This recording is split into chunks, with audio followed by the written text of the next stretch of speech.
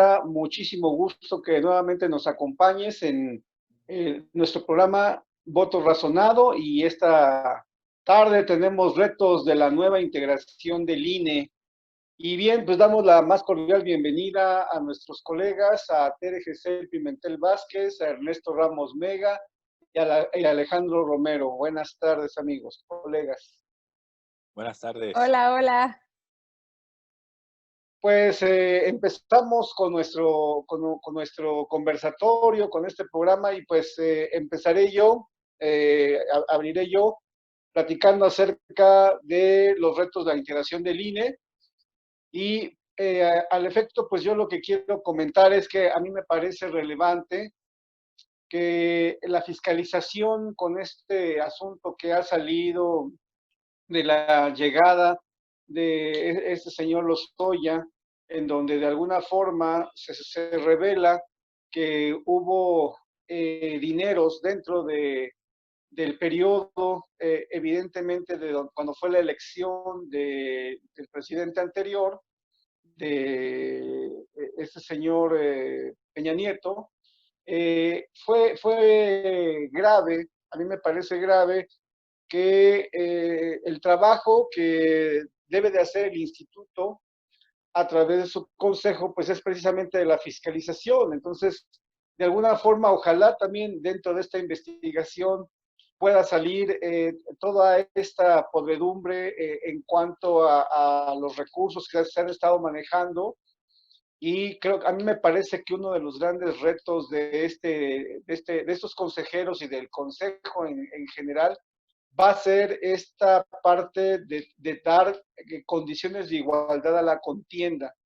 Porque como vimos, ha venido evolucionando la inyección de recursos a las campañas políticas a través de diversas fórmulas.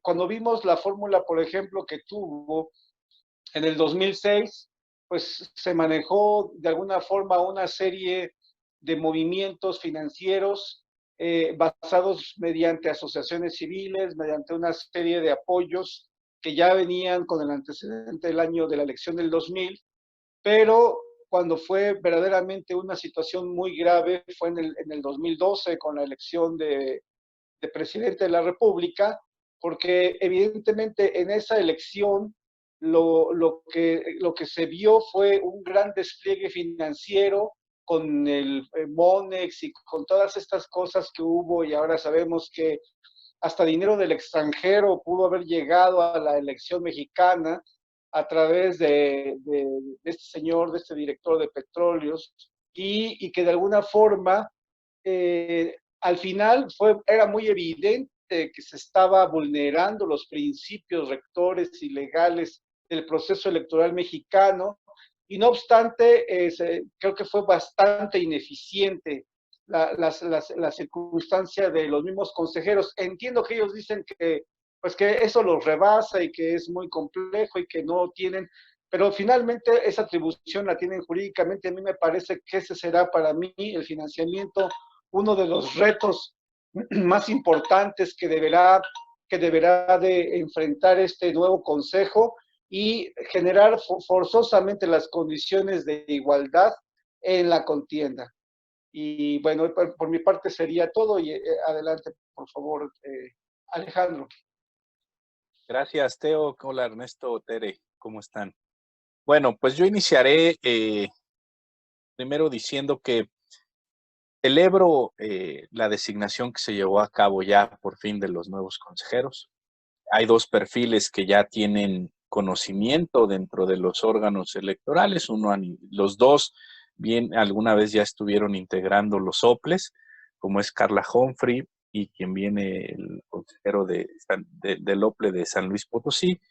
Y tenemos también a dos consejeros que no han tenido este trabajo, pero que sin duda pueden aportar otro tipo de experiencias en la materia que a final de cuentas son complemento de muchas de las actividades que lleva el INE.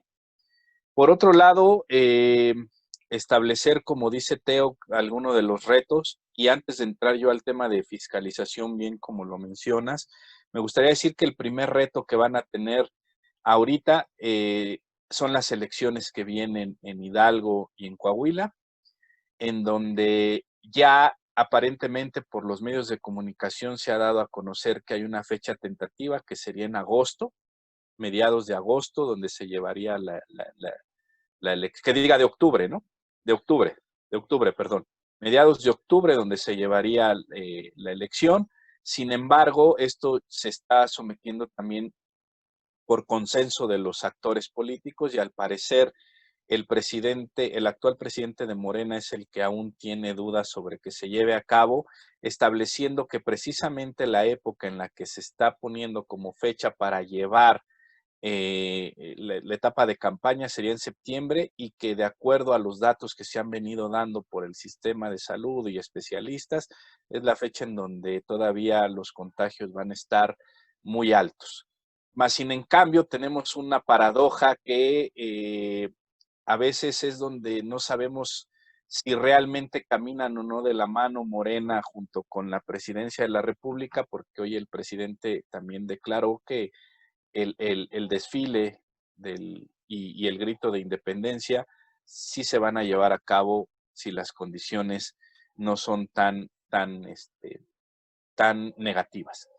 Esto nos habla de que hay una agenda que camina diferente, lo cual es sano y me parece que es bueno, es un mensaje en el cual al parecer el presidente de la República no se está metiendo con el partido o con ciertas decisiones del partido, pero sin en cambio el primer reto va a ser ese, el convencer, el tratar de establecer estrategias y eso implica sin lugar a dudas el regreso al INE de muchas de las funciones que tiene, así como de los OPLES, y donde las medidas de seguridad para el personal van a tener que ser lo primero. Es decir, el INE está obligado en el momento en que vuelva a ejercer la función estatal electoral a generar las condiciones de salud para el personal y para todas las personas que implican capacitación, que implica la instrumentación de ciertos mecanismos para la captación del voto y que sin duda con el presupuesto que se tiene habrá que ver si se ajusta para efecto de garantizar eso. Y ahorita seguimos, Teo. Gracias.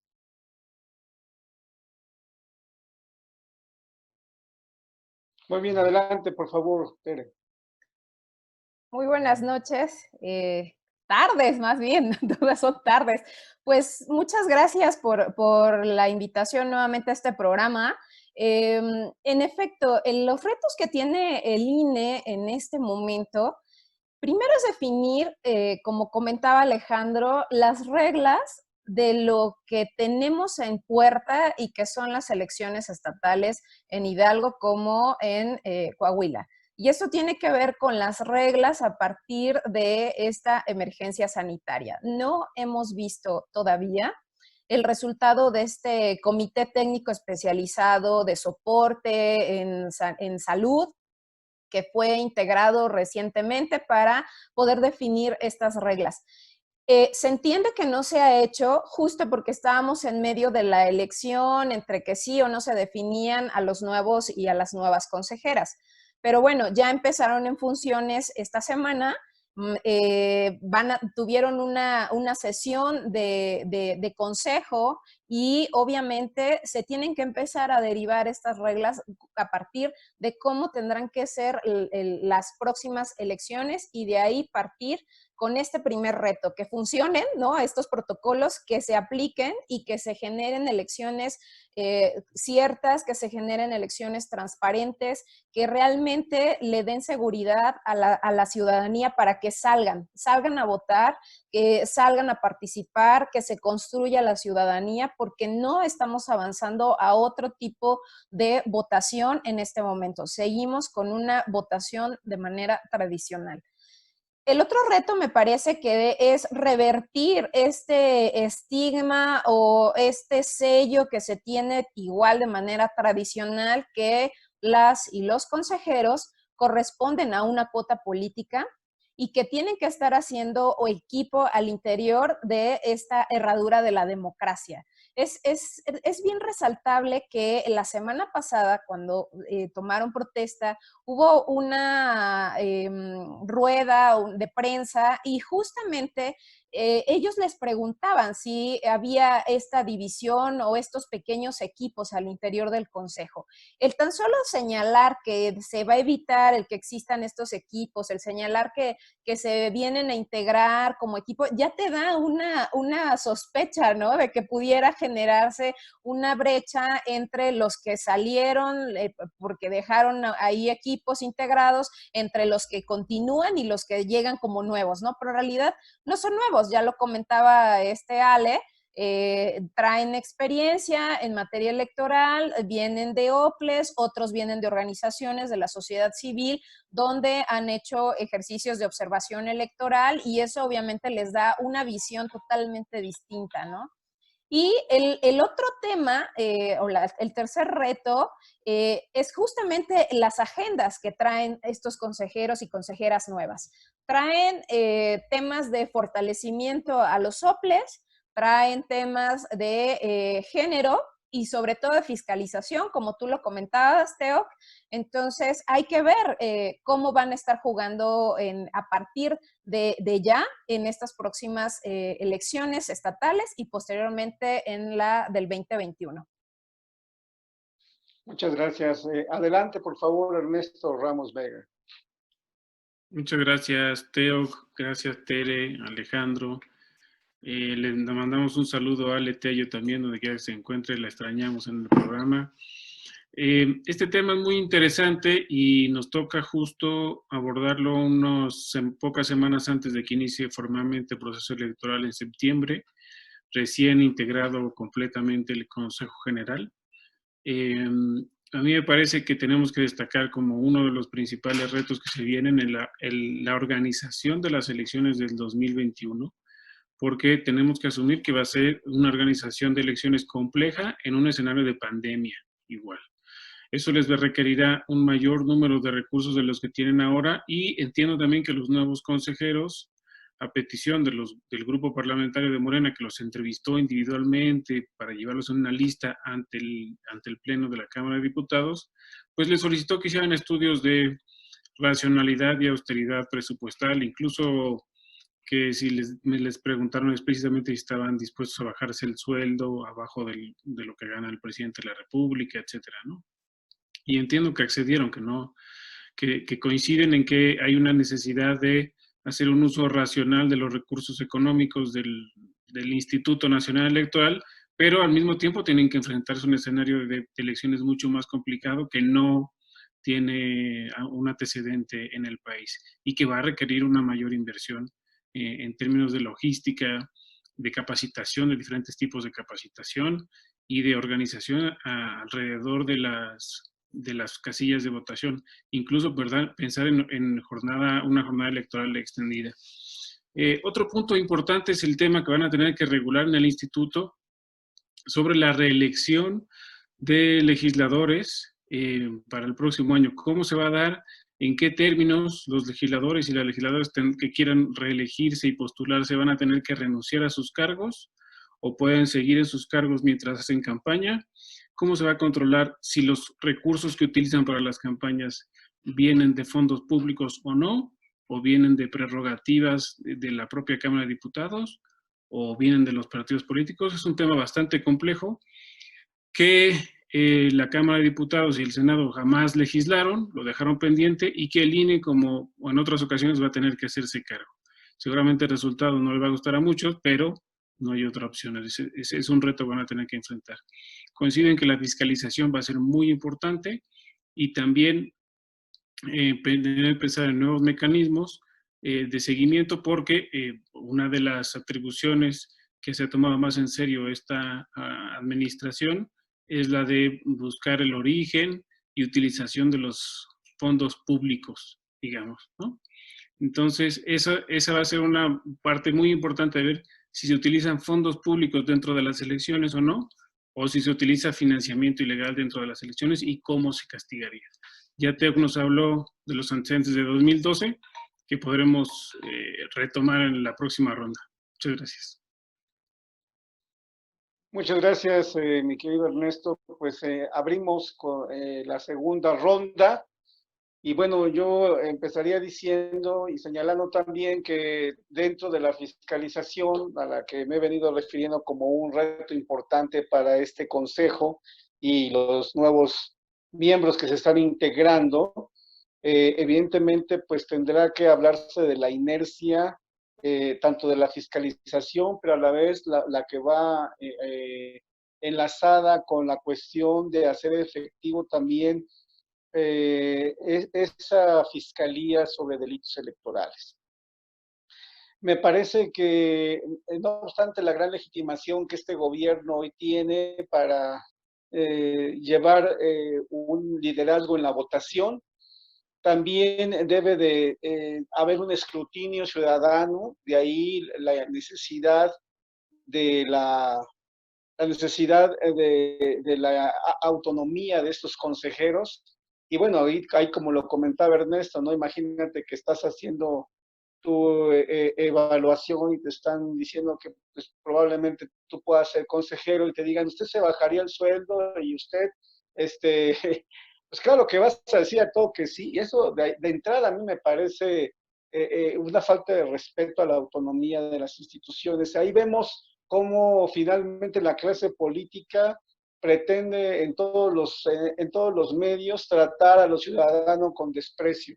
A mí así me parece que no es correcto que al final, aprovechándose de esta postura ahí en el Congreso, en la Cámara, pues digan y hagan una serie de cosas que a veces demuestra su ignorancia y por otra parte demuestra su gran desprecio a la legalidad.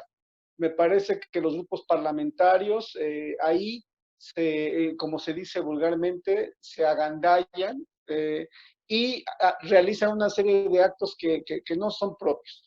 Por eso mismo me parece también la importancia de llevar efecto o que vamos a ver qué tanto se podrá verdaderamente encontrarse con un fiscal autónomo también, con un fiscal que verdaderamente haya y busque persecución de los delitos, pero no solo de los ciudadanos, de aquel ciudadano que lleva su credencialita, sino de aquellos políticos que de alguna forma se han estado enriqueciendo, no en lo económico solamente, me refiero enriqueciéndose a este poder que no suelta, ¿no? Y que ahora, bueno, vendremos con la cuestión de la posibilidad de la renovación, de la reelección, perdón, y que evidentemente, pues ahora tiene que haber una mayor aplicación de los códigos penales, porque evidentemente la clase política siempre ha estado desatada en ese sentido, a mi parecer.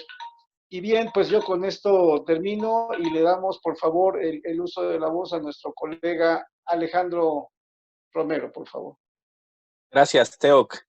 A ver, siguiendo un poco con lo que venía yo hablando, el tema de los retos va a ser algo fundamental y es un parteaguas para ver cuál sería la estrategia que va a seguir el INE en todas las demás elecciones y también los soples, en tanto ahora en la elección que viene en Coahuila y que viene en Hidalgo, y que incluso se le preguntó de forma abierta al consejero Lorenzo Córdoba, al presidente, sobre el tema de si se pueden aplazar o no las elecciones para el año siguiente, y él tajantemente dijo que no y que tienen que adaptar ciertas reglas, lo cual me parece correcto.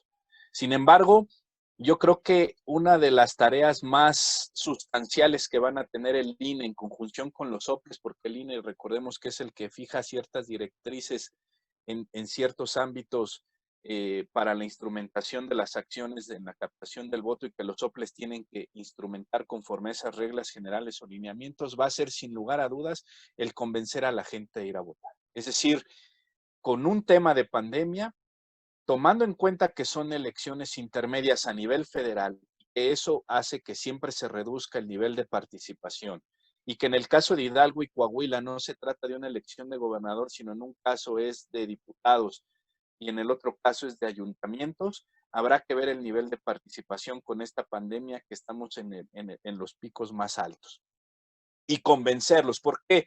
Porque al menos de lo que yo he visto en medios de comunicación en el caso de la Ciudad de México, a pesar de que ya se están reabriendo ciertos sectores económicos donde la gente acostumbra a ir, como son restaurantes, no van. Es decir, nos han mandado reportajes, nos han mandado imágenes a partir de los cuales la gente no estamos saliendo, y ahí me incluyo yo. Es decir, preferimos tener medidas muy cautelosas para evitar un posible contagio por diversas situaciones personales o familiares o laborales, pero preferimos no hacerlo. Entonces, ahora convencer a la ciudadanía que salga a votar va a ser todo un reto, y vamos a ver qué manejo de comunicación social dan para poder convencer a la ciudadanía. Y el otro reto que ahorita yo veo es la designación de los nuevos consejeros y ver qué pueden aportar estos nuevos consejeros, que 2 de ellos vienen no de una extracción netamente, digamos, de trayectoria dentro de las instituciones,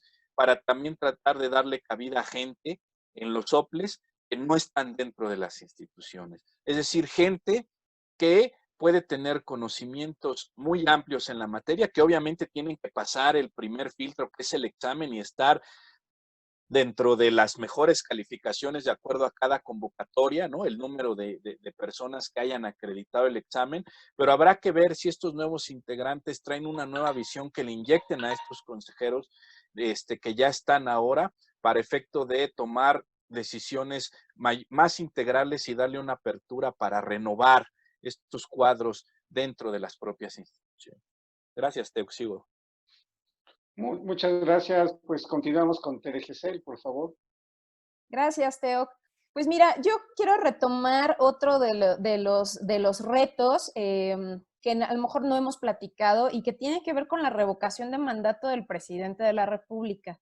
Eso también está en puerta, y que obviamente no existe ahorita un proceso, no existen reglas, todavía no se sabe cómo se va a dar este ejercicio de revocación de mandato. Es uno de los retos importantes que tienen este nuevo consejo, digamos. No es nuevo en el sentido de que debe traer una energía, una inercia diferente con nuevas y nuevos consejeros electorales. Ahora, aparto un poquito este tema de la revocación de mandato, porque me gustaría un poco retomar lo que tú comentabas con los sueldos de los consejeros y las consejeras que recién se integran y que fueron de alguna manera inducidos a decir si estaban o no de acuerdo en la baja de sueldos. Fíjate que hay un dato bien interesante. En efecto, 2 consejeros vienen de OPLES, ¿no? Ellos, sin duda, no están acostumbrados a tener un acceso de recurso económico al nivel de un consejero federal. O sea, un consejero del Instituto Nacional Electoral gana 2 o 3 veces, si no es que un poquito más, de lo que cualquier OPLE podría pagarle a un consejero estatal. Entonces, ¿qué pasa? Que cuando les hacen una pregunta, porque la prensa los ha estado asediando con esta pregunta y les han estado diciendo si están de acuerdo o no están de acuerdo, tajantemente, a mí me gustaría mucho resaltar lo que comentaba el consejero Espadas, ¿no? UKIP Espadas, él decía, pues yo con mi salario del INA realmente es muy poco, pero con lo que me llegaran a pagar en el INE, yo tengo 3, 4 veces más de lo que actualmente recibo, ¿no? Y le va a dar 9 años de tranquilidad. El consejero Faz Mora comentó que pues él también gana muy poquito como consejero estatal, ¿no? En San Luis Potosí. Y las otras 2 consejeras fueron más reservadas en su respuesta. Ellas ni para bien ni para mal, ¿no? O sea, simplemente no se pronunciaron al respecto. ¿Qué pasa? Que se nos olvida, Teo, y me parece eso bien triste, porque las y los consejeros, de acuerdo a la Constitución Política y de acuerdo a la LEGIPE, son personas públicas en el ejercicio de una función estatal, ¿no? Entonces, quiere decir que ellos están ejerciendo una autoridad para garantizar la soberanía del Estado a partir de que están organizando y promoviendo una elección. Entonces, esta función pública, desafortunadamente, siempre la concebimos de una manera primaria, ¿no? De una manera tradicional, donde solo vemos al legislativo, al ejecutivo y al judicial, ¿no? Pero se nos olvida que esta función de Estado ha estado evolucionando, y hoy por hoy la figura de la fiscalización, la figura del electoral, la figura de la transparencia, incluso de la de derechos humanos, son organismos, ¿no? Constitucionalmente autónomos que bien forman parte de esta función de Estado y que ejercen una función para garantizar la soberanía de este país. Entonces, me parece que eso desvía el foco y se les quiere olvidar que prestan un servicio público y que tienen que estar ligados a las reglas de ese servicio público. La autonomía no significa libertad de hacer absolutamente todo lo que quieran, ¿no? Pero bueno, platicaremos de esto en mi siguiente participación. Muchas gracias. Pues adelante, por favor, Ernesto Ramos Mega. Gracias, gracias, Teo. Me llama la atención el comentario de Tere, pero sobre todo, no por las respuestas de los consejeros, sino sobre todo por la pregunta del grupo parlamentario de Morena. ¿Por qué para ellos es un tema relevante que los consejeros entrantes que ellos van a votar se bajen el sueldo al nivel del presidente de la República? El que 4 integrantes del Consejo General se bajen el sueldo, no sé cuál sería la diferencia entre lo que percibirían si no se lo bajaran al presidente de la República, pero es insignificante para las arcas del Estado, es insignificante para la propia institución, no implica ningún cambio en alguna política pública, no es un ahorro para ningún lado y tampoco implica una posición o una postura intelectual de los consejeros hacia un mejor país, ni siquiera, o una mejor administración de elecciones. Me pareciera que lo importante que tendrían que haber consultado o analizado de los consejeros es sobre todo sus criterios al momento de tomar decisiones, cuando se tengan que sancionar, fiscalizar, llevar un procedimiento por adquisición de tiempos en radio y televisión, o sancionar publicidad, o criterios para organizar las elecciones, incluso criterios para valorar políticas y programas del instituto y designarles presupuesto, reducirles presupuesto. Eso tendría que haber sido lo relevante, no un acto simbólico que implicaría la reducción del sueldo de cada una de esas 4 personas. Pero bueno, dejando eso de un lado, que nos habla de las prioridades de los grupos parlamentarios, el tema de fiscalización será fundamental y no solamente porque renace con el tema de las declaraciones de Emilio Lozoya sobre el dinero que entró a la campaña de Peña Nieto de manera ilegal y luego en el ejercicio del gobierno, sino porque en este ambiente de austeridad electoral y de diseño institucional también estamos en un escenario diferente al de 2012 porque no es la misma unidad de fiscalización ni son las mismas atribuciones del Consejo General ni obviamente tampoco es una misma, ni siquiera en el número de integrantes del Consejo General. Pero recordemos que en 2012 había una unidad técnica de fiscalización que tenía autonomía técnica y que se interesaba por ejercerla. De manera que yo, cuando estuve trabajando ahí, me tuve que enfrentar un par de veces, sobre todo con el caso Monex y con el caso de rebase de topes de campaña, justamente de la elección presidencial de Peña Nieto, con que la unidad de fiscalización decida no dar información, o dar información incompleta, o dar información tardía, no revelaba sus criterios eran completamente oscuros o arbitrarios, o decidía asomar criterios que fueran beneficiosos de una candidatura en lugar de en otra, pero no había una justificación que pudiera incluso darle homogeneidad al tratamiento a los distintos partidos políticos. Eso me parecía en ese tiempo escandaloso. En el lugar donde yo trabajaba, en realidad se votó en contra a favor de sancionar el caso Monex, pero la mayoría ganó porque no se sancionara, que no tenía evidencias suficientes, pero la evidencia que podíamos analizar daba cuenta de que era un escándalo mayor y que la unidad de fiscalización en ese tiempo había actuado y había tomado previsiones pues para no dirigir un proyecto de acuerdo en el sentido de no sancionar al Partido Revolucionario Institucional. Pero seguiremos en la siguiente ronda. Muchas gracias, Ernesto. Pues abrimos nuestra tercera ronda. Y bien, en ese sentido, pues yo quisiera seguir comentando o retomar esta última parte que nos platica Ernesto Ramos Mega, en donde efectivamente los consejeros ciudadanos son nuestros representantes. A mí se me hacen mucho más cercanos ellos que, por ejemplo, un diputado o un senador federal. porque finalmente son ciudadanos que tuvieron que esforzarse mucho para efectivamente tener un conocimiento técnico electoral y después someterse al escrutinio de todo el mundo. Son los árbitros, ¿no? Son los árbitros de un partido reñido, como todos los partidos van a ser reñidos. Esta elección 2021 va a ser reñida. Y bueno, a diferencia de lo que entendí que opinaba Alejandro, a mí me parece que si se combinara esta situación de la revocación de mandato con esta reelección, pues me parece que los partidos políticos y sobre todo los que ahorita tienen el liderazgo, lo van a sacar a todos sus equipos a votar, ¿no? Entonces me parece que será copioso y además en general creo que ya la sociedad mexicana ya estamos muy acostumbrados a esta parte de participación, aunque pues sí habría que ver, como dice Alejandro Romero, ¿no? Hay que tener cuidado porque pues no sabemos cómo va a estar la cuestión de la pandemia. Esperemos que ya se haya esto aminorado.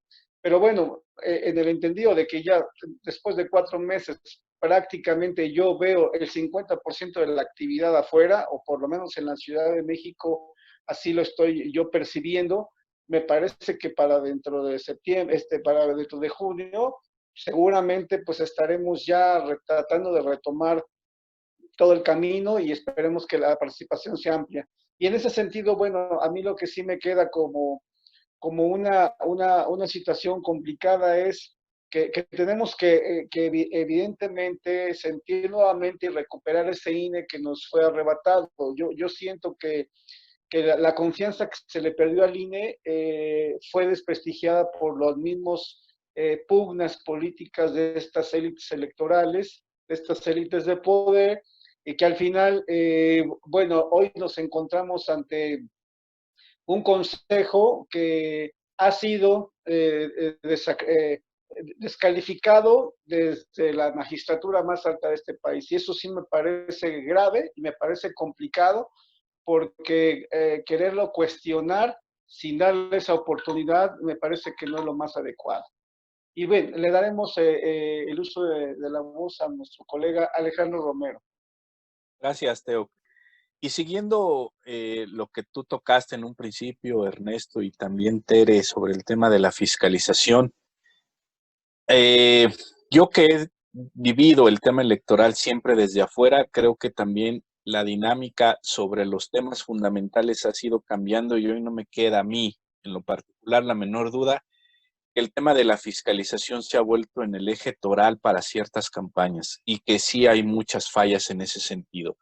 Pero el discurso que dio en su ponencia, en su entrevista ante la Junta de Coordinación Política, cuando estaban las quintetas, la actual consejera Carla Humphrey, me pareció un aspecto fundamental en el tema de fiscalización sobre lo que tú estás mencionando, aunque claro, tiene su propia lógica por el lugar en el que ella se vino desempeñando con antelación a la designación y que le abrió un panorama distinto sobre cómo encauzar la fiscalización, que me parece que fue la única de todos los participantes que tuvieron la oportunidad de llegar a las entrevistas, de hablar de manera muy puntual y muy clara y muy precisa sobre lo que ella pretende establecer dentro del Consejo General, y habrá que ver si esto tiene viabilidad, sobre todo en el actual esquema del reglamento y también en el tema de los acuerdos que puedan llegar a generar,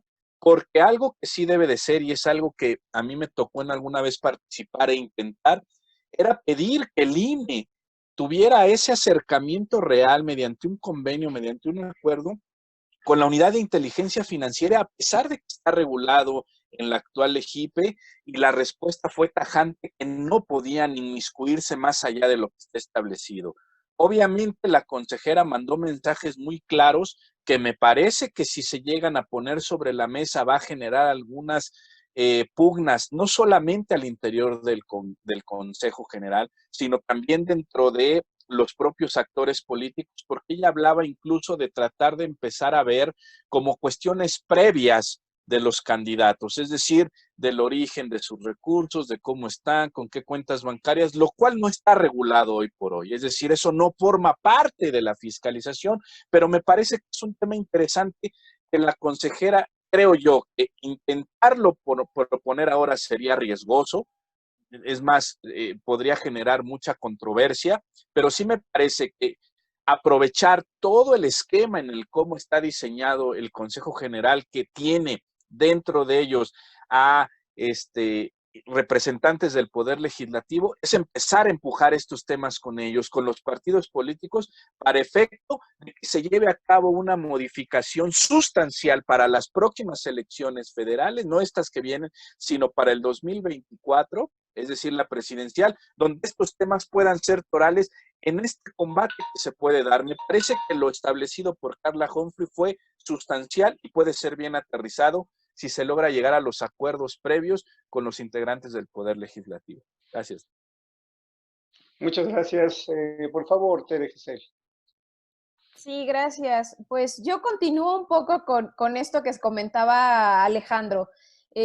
Justamente en estas intervenciones que han estado dando los nuevos integrantes del Consejo, también el consejero Faz, ¿no? Se ha pronunciado sobre una nueva dinámica de la fiscalización, porque obviamente es una de las preocupaciones y ellos que vienen de OPLE se dan cuenta de la trascendencia y de la importancia de llegar a fiscalizar de manera real. ¿Qué pasa en los soples? En los soples la fiscalización es limitada, únicamente funcionan como si fueran oficialías de partes, ¿no? Reciben, envían al INE y regresan los documentos. Realmente no hay una fiscalización severa, una fiscalización abierta, una fiscalización completa, ¿no?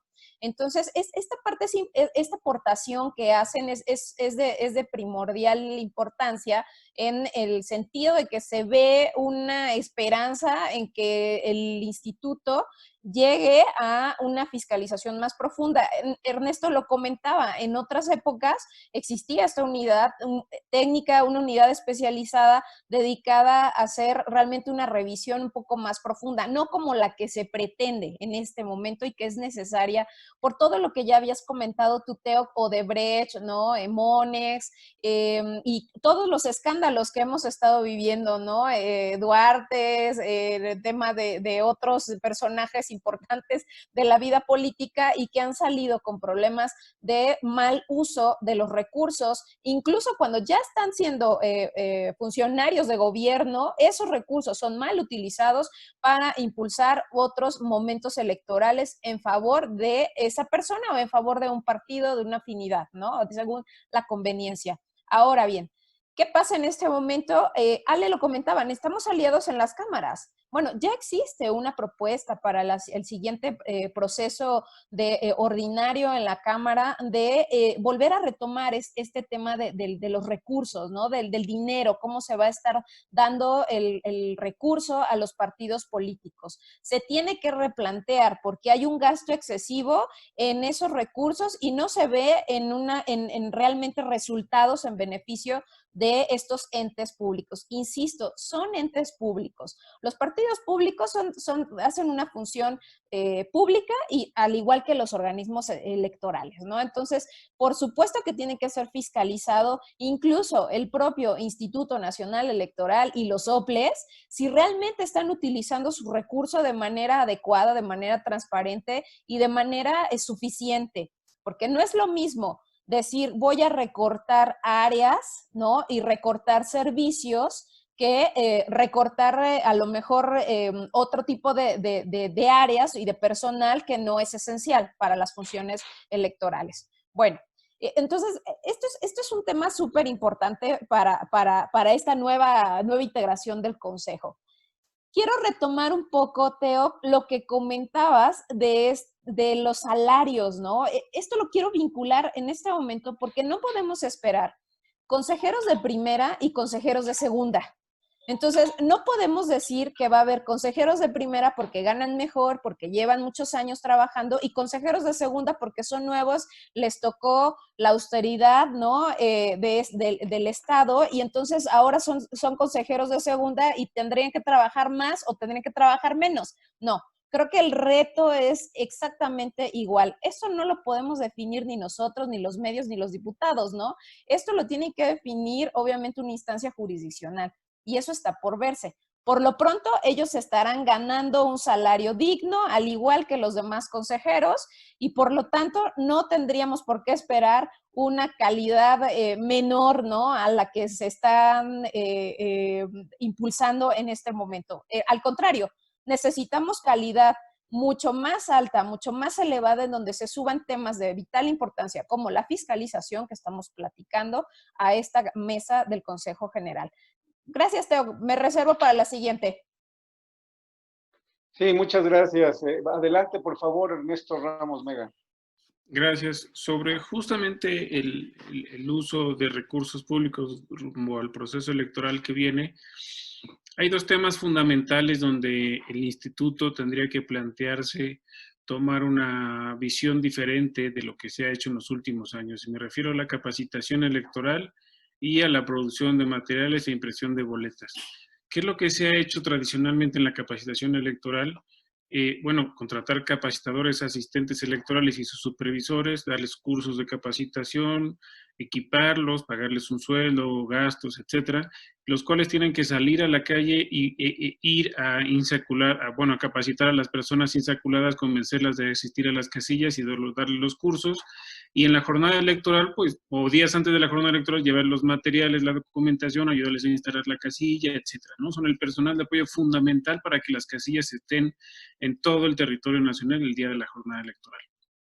Sin embargo, como decía Alejandro, pues es muy probable no solamente que menos personas quieran participar en las elecciones para ir a votar, sino también que muchas menos personas quieran ser funcionarios de casilla y participen toda una jornada electoral que dura 14, 15 horas, recibiendo gente y teniendo contacto cercano con gente en lugares cerrados, porque no puede ser en lugares abiertos por las condiciones de la casilla electoral, y con riesgo de contagio.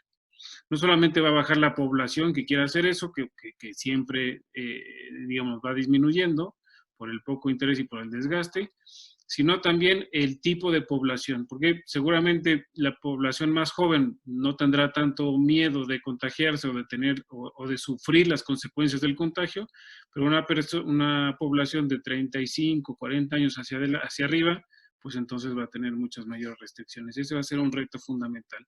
El otro reto fundamental va a ser justo hacer la capacitación en métodos no tradicionales, es decir, el tocar puerta a puerta, llevar los materiales, sentarse frente a las personas para enseñarle cómo se tienen que contabilizar los votos, llenar las actas de escrutinio y cómputo, llegar a las actas de votación, cómo recibir los escritos de incidente, cómo armar las urnas y elementos modulares. Eso no va a poder ser de esa manera.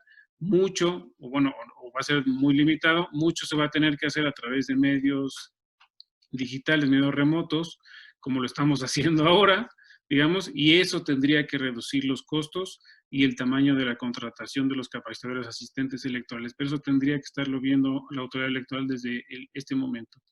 El otro punto que me refería a los materiales y documentación electoral, recordemos que en 2003 fue la última vez que se licitaron los materiales electorales de la elección.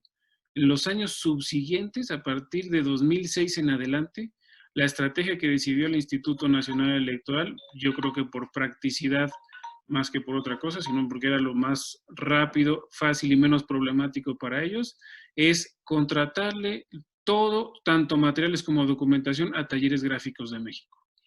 Talleres Gráficos es obviamente la institución que debería hacer la impresión de las boletas y actas electorales en papel seguridad, no tengo duda de eso, pero no tiene por qué hacer la impresión del resto de documentación de apoyo y mucho menos subcontratar los materiales electorales como urnas, crayones, marcadoras y mamparas para el día de la jornada electoral. Son millones y millones de pesos que implican la producción de esos materiales y que al hacer una contratación para una institución como Talleres Gráficos, que a su vez va a subcontratarlos sin una licitación, implica un incremento en los recursos mucho mayor.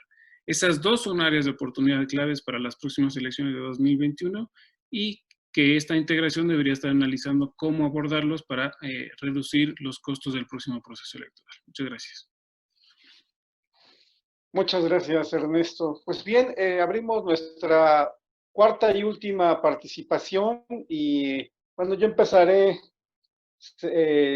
diciendo a grosso modo que los recursos que existen evidentemente para generar en esta época de crisis es muy importante las elecciones porque evidentemente también es un movimiento económico en la sociedad. Al haber derrama económica, esto permite que haya un bienestar también dentro de las personas que participan. A lo mejor no de una manera tan grande, pero sí ayuda. Entonces me parece que esto que comentabas, Ernesto, sí es importante, que incluso a esas pequeñas empresas o algún tipo de apoyo que se genere para que se pueda hacer más democrático, ¿no? El gasto que se genera en relación a materiales, etcétera, y yo creo que sí se podría lograr.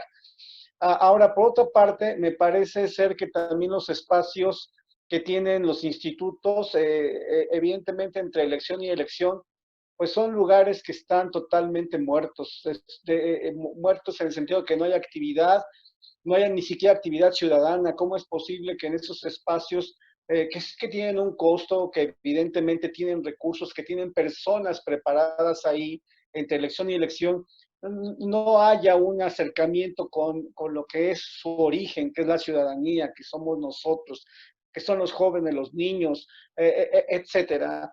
Inclusive en esto que ustedes comentaban, ¿no?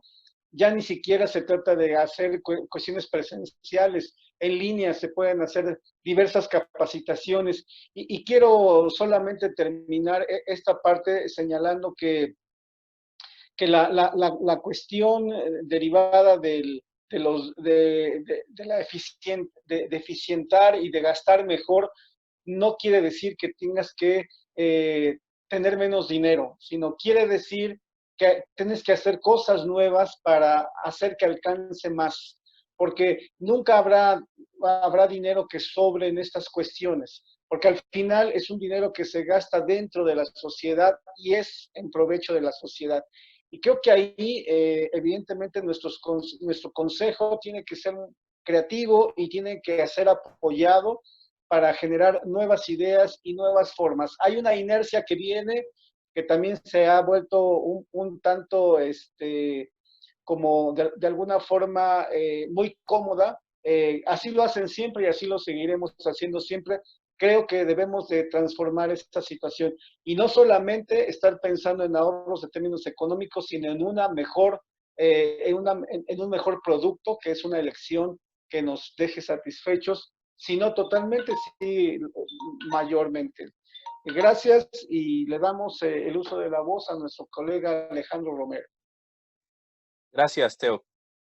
Siguiendo con otro de los retos. A ver, ya en la actividad, digamos, del proceso electoral del INE, quitando los temas de pandemia, quitando ciertos temas relevantes que ya tratamos, a mí me parece que uno de los retos fundamentales del INE va a ser ver esta nueva dinámica que va a haber sin duda con los nuevos consejeros que traen visiones completamente distintas a las que tradicionalmente, en mi parecer, nos tenían acostumbrados. Y va a ser sobre todo esta inercia lógica que se va a dar desde la presidencia de la República como un actor político importante y hablando objetivamente del presidente de la República, quien sin duda va a marcar una agenda político-electoral en todo el desempeño de su mandato desde ya. Eso queda claro. Y vamos a ver qué respuesta va a tener el Consejo General del INE como consejo. Es decir, si muchos de los acuerdos, si muchas de las decisiones, si muchas de las acciones son tomadas por unanimidad o por mayoría, o empezamos a ver divisiones muy tajantes en ese sentido. ¿Por qué? Porque el presidente de la República no va a dejar de hacer estas mañaneras aun cuando después exista la restricción de que se televisen durante la época de campaña, no las va a dejar de seguir haciendo y no va a dejar de seguir haciendo giras, inauguraciones. Y por hoy la dinámica que se nos permite en el sentido de las redes sociales, va a haber una amplia difusión por ciertos medios de comunicación, sobre todo los oficiales, digamos, del Estado, como es el Canal 11 y el Canal 22, que ciertamente no tienen esa cobertura como otro tipo de televisoras o como hoy las plataformas digitales, pero también en las plataformas digitales lo va a haber. El otro va a ser todo el mecanismo de campaña que van a utilizar todos los candidatos de todos los partidos políticos, aprovechando esta situación de pandemia para primero posicionarse, entregando dádivas, que ya se dio y que el INE ejerció un procedimiento oficioso para detener este tipo de situaciones que al menos no se publiciten, es decir, no se impide que se den, pero que ya no lo estén publicitando, que no estén difundiendo su imagen, su voz, pero esto se va a seguir dando. Lo segundo va a ser todo el tema de la reelección y ver cómo entre los propios actores políticos, los propios que hoy son diputados, que hoy son presidentes municipales, y van a tratar de reelegirse y van a tratar de luchar contra ese tema de la paridad y van a tratar de implementar una serie de medidas o acciones legales para efecto de tener sentencias favorables. Yo no dudo que el INE se va a llenar de quejas en materia electoral que van a tener que ver con actos anticipados de pre-campaña, actos anticipados de campaña, usos de recursos públicos con fines electorales y en materia de fiscalización por todo el tema que venimos diciendo. Es decir, el INE va a estar lleno y vamos a ver si las nuevas condiciones van a permitir que el INE ya trabaje normalmente o si lo van a tener que hacer afuera y a ver qué nueva dinámica vamos a tener para efecto de darle solución a cada controversia que se presente. Gracias. Muchas gracias. Por favor, Tere Giselle. Sí, gracias, Teo. Sin duda, uno de los primeros retos de esta integración es consolidar nuevamente la confianza en el INE. Las y los consejeros que venían ya con este discurso de que la confianza en el INE existe, que no hay una duda en cuanto a la actuación del instituto, fue cuestionada y ha sido cuestionada de manera severa, ¿no? Entonces, me parece que con esta nueva integración sí tendríamos que estarle apostando a que se logre una consolidación de toda esta herradura de la democracia, ¿no? Como lo llama el consejero presidente. Me parece que debe haber una revolución institucional al interior del propio órgano nacional y que eso debe replicarse a los órganos estatales, a los soples, ¿no? Ese es uno de los retos. El segundo reto, como bien lo decía Alejandro, el Ejecutivo Federal va a seguir observando y monitoreando la actuación de los órganos electorales y de las autoridades electorales, pero no es lo mismo que organizar, ¿no? Entonces, una cosa es observar y monitorear y otra cosa es organizar las elecciones. La organización de las elecciones le corresponde al Instituto Nacional Electoral. Y de ahí le corresponde a los ciudadanos la vigilancia, ¿no? A partir de esta figura que conocemos y que también nosotros hemos ejercido como observación electoral. Entonces, me parece que dentro de la responsabilidad que tenemos como ciudadanía es no solo el estar vinculándonos en la participación ciudadana de manera más amplia, ¿no? Y el estar fomentando que no se dé esta ausencia de participación en las casillas, sino también estar observando el proceso de manera muy puntual, de cerca, ¿no? Si no se dan las oportunidades presenciales, bueno, pues para eso están los medios y estas plataformas que no son nuevas, más bien no las habíamos utilizado, no son novedosos a partir de la pandemia, esto ya existía, ¿no? Entonces, que se han aprovechado mejor, hemos tenido que aprender a usarlas, sí, es diferente, ¿no? Entonces, me parece que eso es uno de los retos como ciudadanía. ¿Qué va a pasar? El INE tiene que buscar esta manera de integrar a las y los ciudadanos en la participación activa, no pasiva de la elección. Bien lo decía Ernesto, que tienen que formar las mamparas, las urnas, contar boletas y demás, ¿no? Todo lo que implica la preparación y la organización de una elección.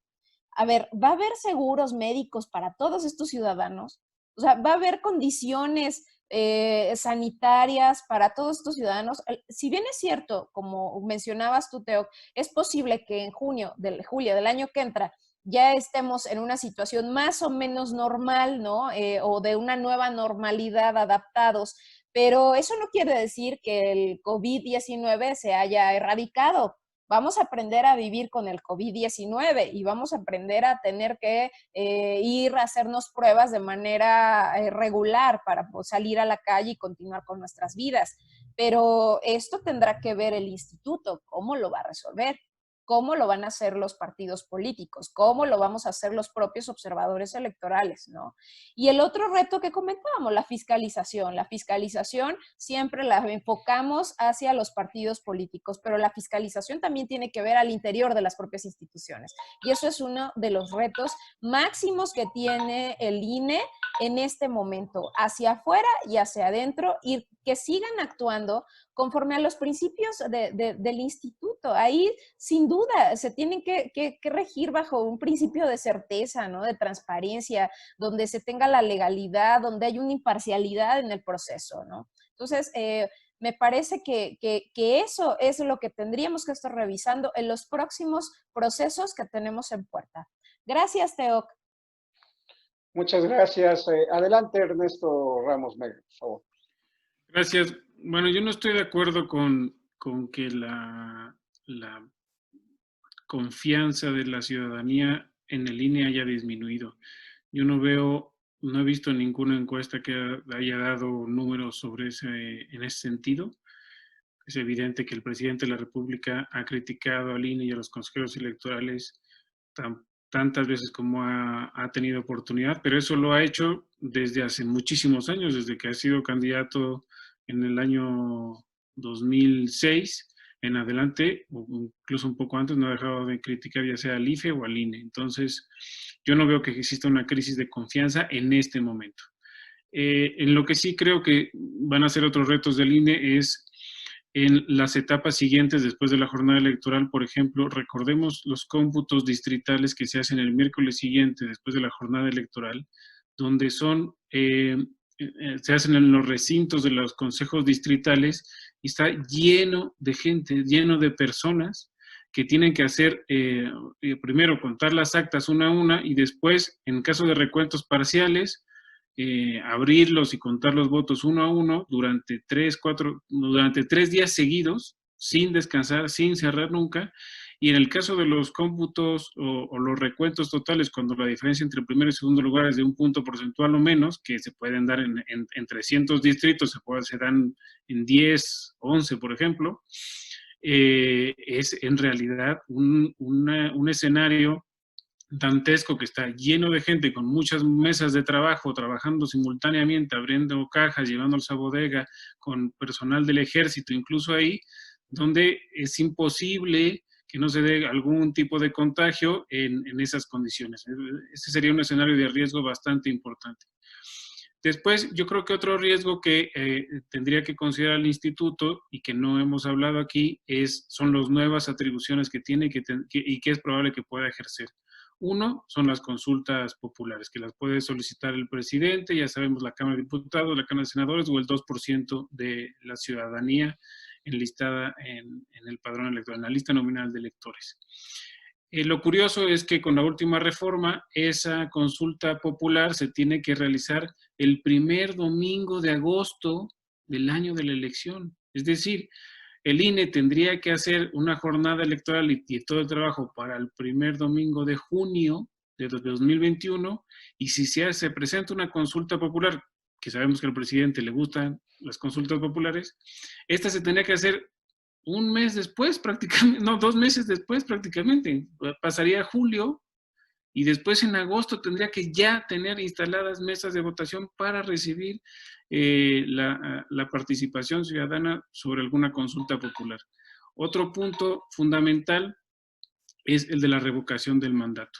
Ya nos dijo el presidente de la República que él se va a someter a la revocación de mandato porque no va a terminar la presidencia sin el respaldo popular entonces quiere someterse a la revocación de mandato. Solamente que la legislación dice que esa se puede solicitar al final del tercer año y durante los primeros 3 meses del año siguiente. Sería hasta 2022. El problema es que solamente la pueden solicitar 3% de los ciudadanos. No la puede solicitar el propio presidente, ni la Cámara de Diputados, ni nadie más. Solamente el 3% de ciudadanos.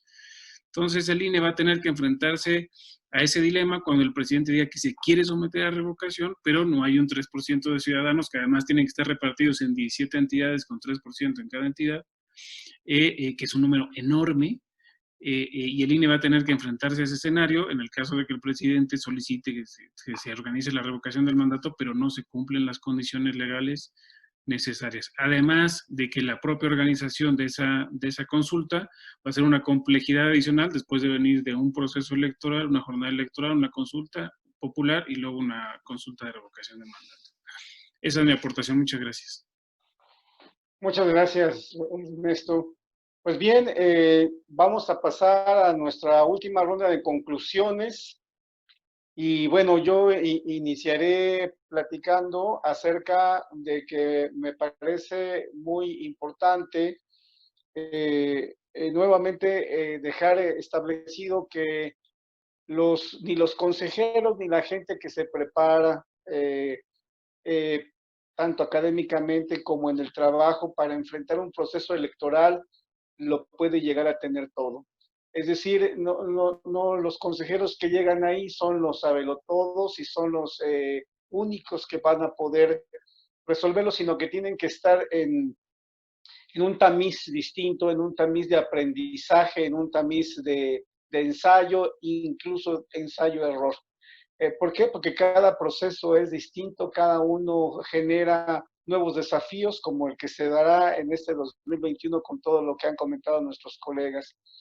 Asimismo, a mí me parece que este consejo, así creo yo que no obstante que, como dice Ernesto, no hay una estadística o no hay una encuesta que diga que han caído en el desprestigio el instituto, a mí me parece que cuando hablas de las elecciones 2006 y 2012 y las reformas que tuvieron que hacerse a los códigos electorales, pues no habla bien del instituto. Me parece que, y no habla bien, no en el sentido del el instituto solito, sino me refiero al instituto como pivote de todo el proceso electoral, de la política en general y de la cultura.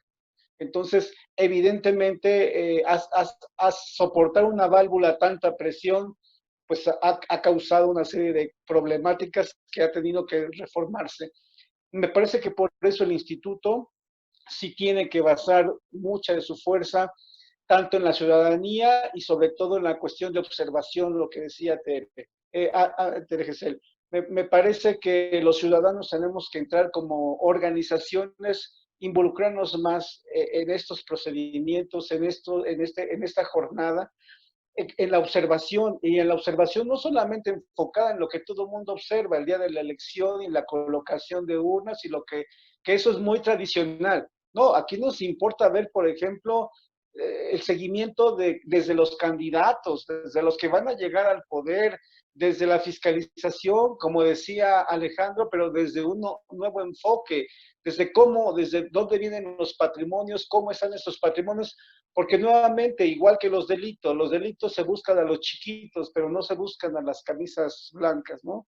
A la gente que hace y comete ilícitos que son en verdad muy graves, pero que no está centrada la legislación ni el foco en ellos. Entonces, con eso yo concluiría y bueno, le doy la palabra a nuestro colega Alejandro Romero. Por favor, Alejandro. Gracias. A ver, para ya finalizar, ¿cuál reto yo veo sustancial que probablemente va a tener repercusión sin duda política? Negociar el presupuesto que viene del INE. Es decir, con un consejo o con consejeros, 8 consejeros, pero en particular el consejero presidente, que ha sido muy cuestionado por el presidente de la República, y que ha sido muy cuestionado por muchos de los integrantes del Congreso de la Unión, sobre todo de la bancada mayoritaria, el tema del presupuesto, y con esta política pública de austeridad que incluso la quisieron meter, ese principio de austeridad como un principio, bueno, ni siquiera como un principio constitucional, sino como un principio de la del Estado mexicano, ¿no? Es decir, como un Estado, además de laico, representativo, democrático, federal, tenía que ser austero. Entonces, en ese sentido, la negociación del próximo presupuesto, con todo lo que Ernesto nos expuso sobre la posibilidad de una consulta popular, sobre la posibilidad de una revocación del mandato, que si bien es cierto el INE lo que tiene que hacer es verificar el número de firmas, pero eso implica dinero, implica recursos, implica logística, implica implementación e instrumentación.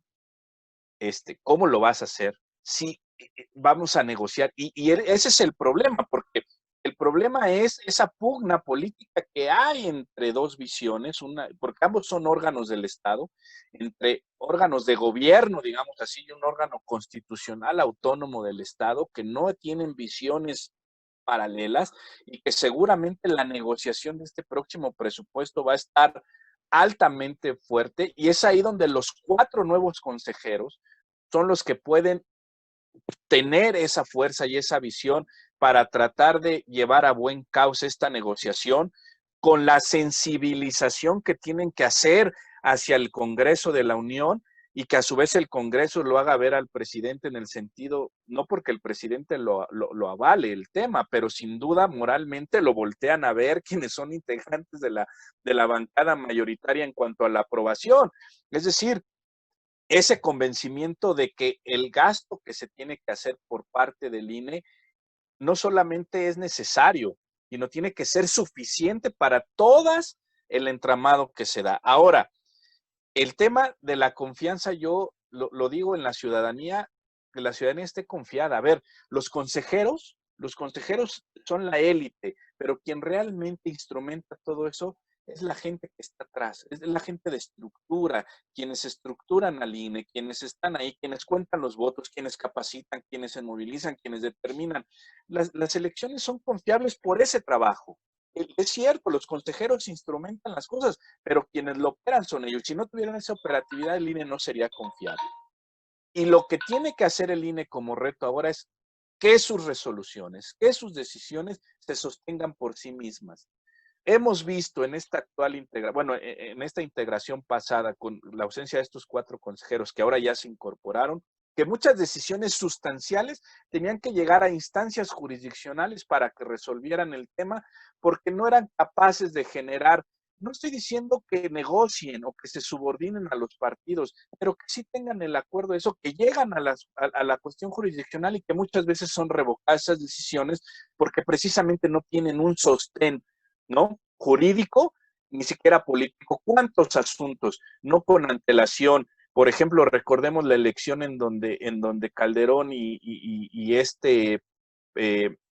Andrés Manuel compitieron, en donde sacaron un acuerdo, no recuerdo bien el nombre, pero era un acuerdo de no agresión, digámoslo así, de no hacer nada en diciembre, ¿no? Y donde no tenía sostenimiento jurídico, pero ninguno de los actores políticos lo impugna porque lo acordaron al interior del Congreso, con los consejeros. Es decir, se pactó de esa forma. Así se pueden sacar muchos acuerdos. Si es que el INE empieza a entender que negociar o hacer partícipe a los partidos no es subordinación. Gracias. Muchas gracias, Alejandro. Por favor, Tere, tus conclusiones, TRGC. Gracias, Teo.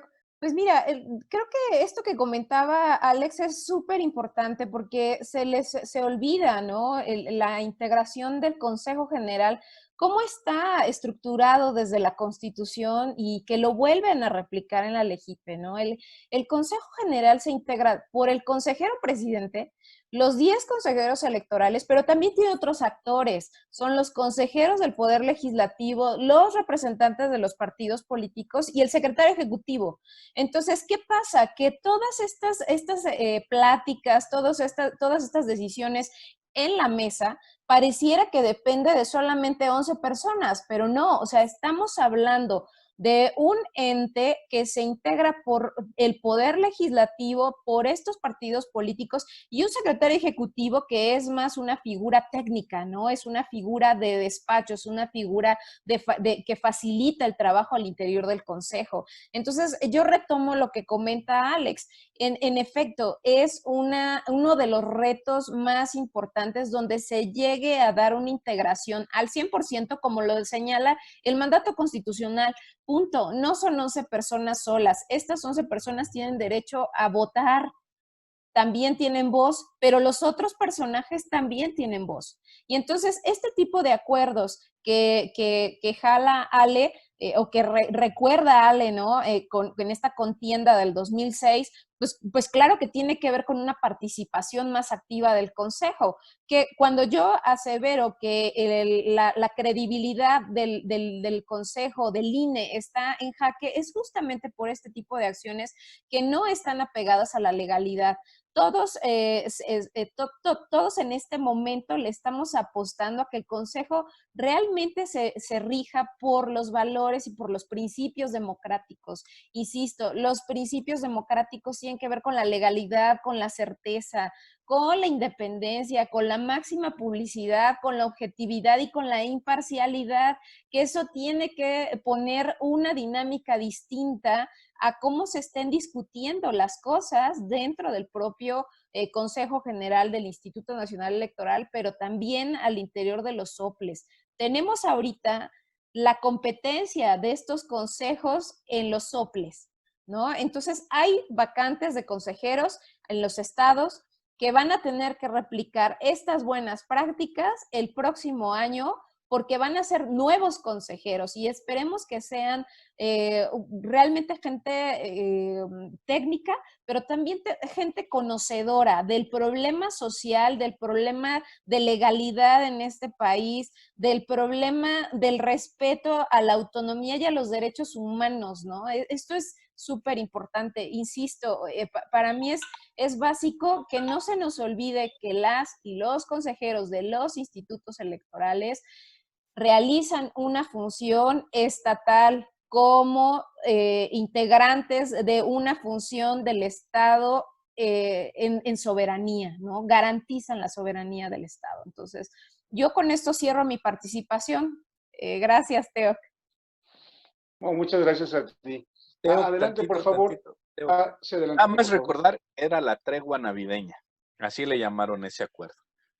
La tregua navideña, y también cuando hablaron del tema de que interrumpían los programas de televisión o las partidos de fútbol, y eran acuerdos que hacían partidos y consejeros, ¿eh? O sea, eso es lo que tenemos que apostar también. Perdón, gracias. No, muchas gracias, Alejandro. Pues vamos con las conclusiones de Ernesto Ramos Mega. Adelante, por favor, Ernesto.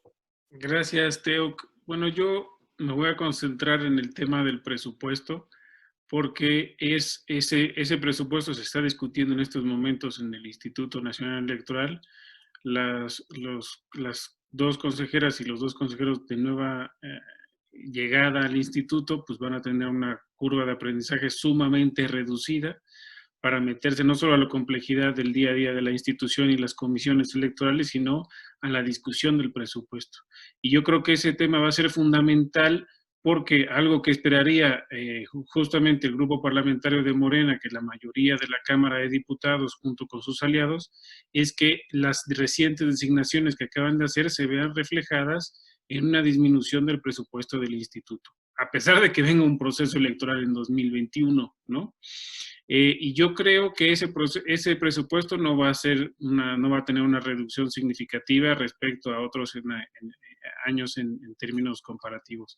Es difícil que la tenga y que se dé de esta manera. De manera que eso podría resultar en un conflicto o en un descontento o en un desencanto incluso por parte del partido en el poder e incluso del poder ejecutivo frente a la institución electoral, a pesar de haber participado en esta nueva integración con 4 nuevos miembros. Me parece que ese va a ser un conflicto importante porque va a permanecer a través del tiempo durante el próximo año, y eso van a tener que manejarlo de la mejor manera posible, como decía Alejandro también, no solamente es presentarlo, sino también buscar los acuerdos suficientes para que sea aprobado en sus términos sin recortes sustantivos. Y si tienen recortes sustantivos, entonces sí, van a tener que ver cómo arreglar las elecciones del próximo año, porque recordemos que finalmente si hay algún inconveniente en la organización de las elecciones, el que va a pagar, ahí sí va a ser el Instituto Nacional Electoral, y no va a ser ningún partido político ni el Poder Ejecutivo, solamente el Instituto Nacional Electoral. Entonces, ese va a ser uno de los principales retos y donde van a tener que enfocar energías en el corto y en el mediano plazo. Yo dejo aquí mi participación. Muchas gracias, Teoc. Muchas gracias a ti, Ernesto. Y bueno, pues con esto damos por concluido este programa del día de hoy de Voto Razonado. Le agradecemos mucho a todos y cada uno de nuestros especialistas y colegas que nos han acompañado esta noche, y te agradecemos a ti que nos sigues y te pedimos que estés atento para el próximo conversatorio. Muchas gracias y buenas tardes a todos. Buenas tardes. Buenas tardes, gracias. Gracias, hasta luego.